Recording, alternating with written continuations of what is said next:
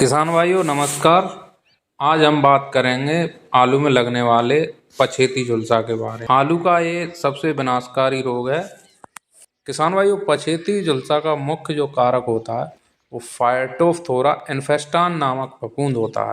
इस रोग को पछेती झुलसा, अंगमारी महामारी या झुलसा आदि नामों से हम जानते हैं। तो इसके लक्षण के बारे में बात करते हैं। तो किसान भाइयों, पछेती झुलसा के लक्षण पौधे के सभी भागों पर दिखाई देते हैं, जैसे पत्तियां हो गया, तना हो गया, आलू का कंद हो गया, सब जगह दिखाई देते। जब इस रोग का प्रकोप शुरू में होता है तो पत्तियों पर जो है जलीय धब्बे के रूप में ये दिखाई देता है, जो बाद में गहरे भूरे और बैंगनी रंग में बदल जाता है। इससे प्रभावित भाग के चारों तरफ हल्के पीले रंग का घेरा बन जाता है और धब्बे पानी से भीगे हुए दिखाई देते हैं। या फिर किसान भाइयों, जब खेत में नमी अधिक हो, 80 से 100% तक जो नमी हो, या फिर घने बादल छाए रहने की स्थिति में ये धब्बे बड़े हो जाते हैं और पत्तियों की निचली सतह पर फफूंदी जम जाती है। ये सबसे बड़ी पहचान है इस रोग की। बाद में ये धब्बे काले पड़ जाते हैं। रोग की उग्र अवस्था में पूरा, जब रोग की तीव्रता ज़्यादा हो जाती है, उग्र हो जाती है, तो पूरा पौधा गिर जाता है।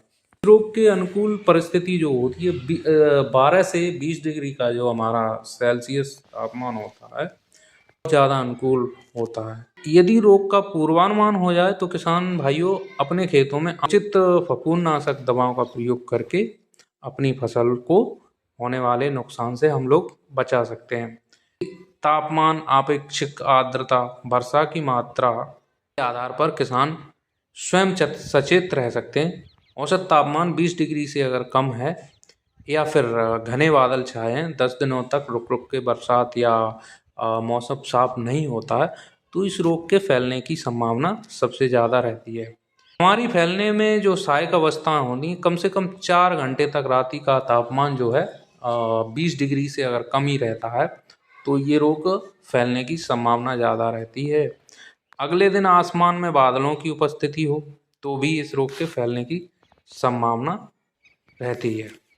तो किसान भाइयों, इस रोग को रोकने के लिए हम बात करें, अगर ये रोग खेत में फैल चुका है, हालांकि ये समय ऐसा है कि किसान भाइयों के खेत में रोग ज़्यादातर फैल ही चुका है, तो हमें जब रोग फैल चुका होता है तो किस दवा का प्रयोग करना चाहिए उसके बारे में बात करते हैं। तो किसान भाइयों, पीआई कंपनी की एक सेक्टिन नाम की दवा आती है।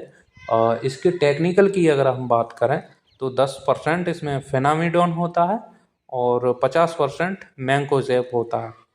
तो इसकी मात्रा की बात करें तो किसान भाई 700 ग्राम पर एकड़ के हिसाब से हमें 200 से 250 लीटर पानी में इसकी स्प्रे करनी चाहिए। दूसरी दवा की बात करें तो ये रेवस नाम की जो दवा है, ये सिजेंटा कंपनी की है।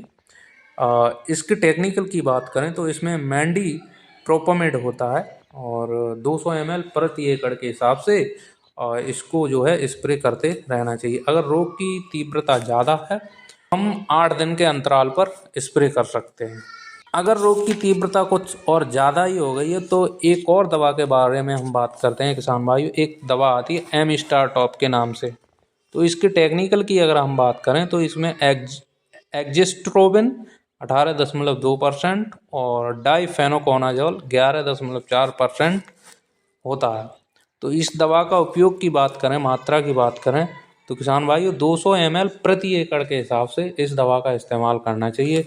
ये दवा ऐसी है, जब रोग ज़्यादा ही हो चुका है तो इस दवा का इस्तेमाल करें तो हमारा जो रोग है वो 24 घंटे में उस पर नियंत्रण हो जाएगा और हमारी फसल को होने वाले नुकसान से पूरी तरह से ये जो फंगिसाइड जो दवा है बचा लेगी। तो किसान भाइयों, अगर हमारे द्वारा दी गई जानकारी अच्छी लगी हो तो हमारे चैनल को सब्सक्राइब, वीडियो को लाइक और शेयर करना ना भूलें।